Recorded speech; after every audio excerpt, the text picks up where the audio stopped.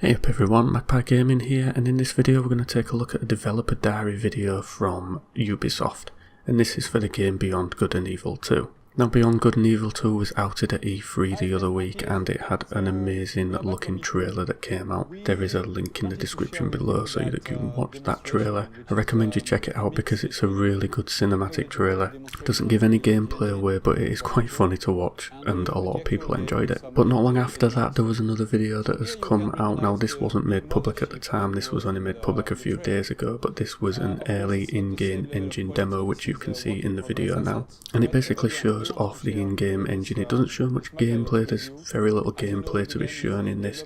It's more just a technical look at the engine that they've been building for the game. Now the engine is called Voyager and it has been in production for around 3 years now, and this engine is being built specifically for this game in mind. And I get the feeling that it's been built because they wanted an engine that would scale in the way that they want it to, and this is so that they can seamlessly go from one planet to the next. As you will see as you watch this video along, it scales amazingly. You can go right down to the street level in the game and right up into space, and there's no loading times within this, which is amazing in my eyes. You know, we've had a game recently that tried to do this and that was No Man's Sky, and we all know what happened to No Man's Sky. It made a lot of promises that it couldn't commit to. There was a big premise around that game and it didn't really deliver when it came out. Now there's a whole lot of controversy behind that, I'm not going into that in this video, but Ubisoft are saying that this is something that this game can do. It's going to be quite seamless with the way that you move from place to place, and it's something that is demonstrated in this demo as we go along. Now looking at this in-game footage, it's clear to see that a lot of work has gone into this engine. It's looking graphically very good right now, even though we're probably nowhere near the launch of the game. Ubisoft has given no release date, they haven't given even a rough idea right now, keeping that quite close to the chest because I still think there's a lot of work in this game to be done. And I think some of the promises that they're coming out with the actual scale and size of this game, it's going to be something that I want to get right first time. I don't think they want to fall into that trap of what Hello Games did with No Man's Sky. And I know that they're technically different games, but Beyond Good and Evil 2 is going to use procedural generation to fill in gaps within the planets. Some of the planets are going to be handmade, some of the features on them will be handmade, but for the rest of it, it will be procedurally generated. When No Man's Sky said that they would do that, they did technically make good on that promise. They said that procedural generation would work within their game, and it did, although it was only in a very basic form. It could only create like random planets, terrain, some flora and fauna, but not much else. With this game, Beyond Good and Evil 2, it's going to be creating cities and things like that, so it's taking things a step further. But if anything, Hello Games proved that it can be done, so hopefully Ubisoft will be able to build on that part, because I think procedural generation is something that we're going to see in a lot of games going forward. It's going to be a tool that's going to be used to fill the gaps in within games. People want massive open world games and it's very hard to hand make all of that. So for the gaps in between, you'll use procedural generation to do that, but of course it's still in its very early stages. No Man's Sky did prove that it can be done. Hopefully Beyond Good and Evil 2 will take it to the next level. They've already shown in this video that the size of their engine and what it can produce is immense. And this of course is all done in real time as well. The planets will have sunsets and proper atmospheres, and they're making bold claims with this game, they're making bold promises, and I really do hope that they deliver on this, because if they can, this is probably going to be one of the standout titles, not just of the year that it launches, but probably for the last 10 years. If it can pull off the technical aspects that they say that it can, then it's going to be a massive game and obviously a massive step forward. And I would think that this game engine would be something that they can make a fair few pounds off if they're going to license it to other people to use. Imagine a Grand Theft Auto where they could just procedurally generate a whole city. You know, Grand Theft Auto 5 was a massive game, the map was massive, but of course it was all handmade. You know, every aspect of it was bespoke, it was all handmade. And imagine if you had an in-game engine that could just basically build that for you at will and at random. That would be amazing. So I'm very much looking forward to this game coming out. I think it's looking good already. You know, it's going to look a lot better by the time it does come out because there'll be a lot more work done to it. And it's good to see Ubisoft being quite open about their development process. In the past they've not been too open about it. You'll all remember the days of the E3 demos for The Division and things like that, where you got an amazing looking demo and then when it came out, it was actually quite watered down. I think they've moved away from those days right now and they're trying to be a bit more transparent. Developer diaries like this help a lot. It gives the players a good connection to the game, and it's good to see a game being built. Now, if you want to be more involved in the creation of this game, you can join the Space Monkey program. This is basically an insiders program where you will get access to things like this, the developers' blogs, and you'll be able to help the process of the game as it goes along. I'm not sure exactly how they're going to involve us in doing that. I think it will probably involve some sort of beta testing at some point. Of course, right now the formats for this game are set, but it's most likely going to be Xbox One, PS4 and the PC. There are rumours that it could come to the Nintendo Switch, but considering what it can produce with the in-game engine, I don't think that the Nintendo Switch is technically capable of supporting a game like this. But you never know. We don't really know the full capabilities of this graphics engine yet, so we'll just have to see on that one. Now I'm going to stop waffling and let you enjoy the rest of this developer diary. If you want to know more information on this game and keep up to date with it, please subscribe and press the little bell icon so that you're informed of my latest videos. I will be following this game very closely. I've joined the Space Monkey program. If you're interested in this game, I suggest you do the same too, and you will obviously get the same information as me. So yeah, everybody, thank you very much for watching and listening. Don't forget to like, share and subscribe, and I will catch you in the next video. Take care. In space around the big planet. So here I'm doing a kind of time lapse. I'm modifying the time so that you can understand better how it works. You see that everything is turning like in a real solar system. So yes, I'm increasing the speed. You see the night here with the cities.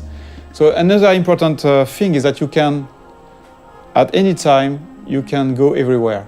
So if I'm going into another city, there is no loadings and things like that. Everything is seamless because it handles that big universe in a consistent way. There is no shit or things like that. You can really appreciate the point of view wherever you are. It will be the same mechanics. So that was one of the big features we wanted to make sure that we had before showing the game to the public, to everybody, so that we wanted to make sure that the technology was working and this big ambitious game was feasible. I'm going back to my spaceship. I want just to show you some gameplay ingredients. I'm going to change a little bit the time so that we have a bit more sun. Yeah. So that spaceship is very nice. It's very close to the Beluga we had in Beyond Good and Evil 1. It can handle very large speed, but it's also very easy to do loopings and trigger very fast movements. So it's a dogfighter. I can increase the speed. So this is a classic plane speed we have on Earth. We are about 1,000 kilometers per hour. But you can increase that speed dramatically, like this, for example, and you will see it. So the speed is increasing now. You see that it's about 5,000 kilometers per hour. Let's go back in the city so that we can really understand the speed, and I can increase the speed again. Whoa. Use some tricks, movements, and then we are going to do a looping, for example. So you can combine anything, any movements, and the very nice thing too is that you can even increase the speed to 20,000 kilometers per hour, which is a lot. I'm going to try, to drift like that. So at any time you have the drifting mode, you have all these very interesting movements. But of course, the biggest things you want to do in this kind of situation is to go in space. So let's trigger higher speed. And you see this little effect around the spaceship is because of the friction of the atmosphere. If I don't increase my speed, there is no reason to have more friction. But if I'm increasing the speed, you will see that the effect is stronger. And same thing if I'm going very fast. So depending on the quantity of atmosphere, you can have a stronger effect. Until you start burning. But you see, with those very high speed, you can really travel very far and very fast. Just changing the time of the simulation so that we can appreciate the wonderful view in space. So if I decide to go on this planet or the satellite, which is somewhere around there, I can go there seamlessly. And the further you are of the planet, the faster you can go, because there's no more atmosphere, so no more friction. So here I still have a little friction. But of course you can go back onto the planet whenever you want.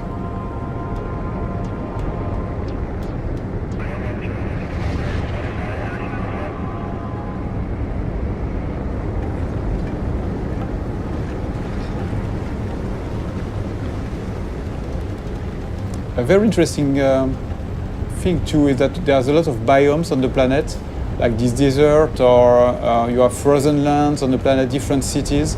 So we don't want empty planets. We want planets with landmarks, with places to explore. There are mountains where you have some monks living there. So they are not empty, repetitive planets. The planets we aim to work on, to make our planets with life. And the planet itself is living somehow. For example, that planet has different, I would say, big biomes. Because that planet, as I told you, is a satellite of the bigger one, the one that is in the foreground. A part of that planet is protected, like the moon. Our moon is a part of the moon is protected by Earth from the big asteroids and meteorites.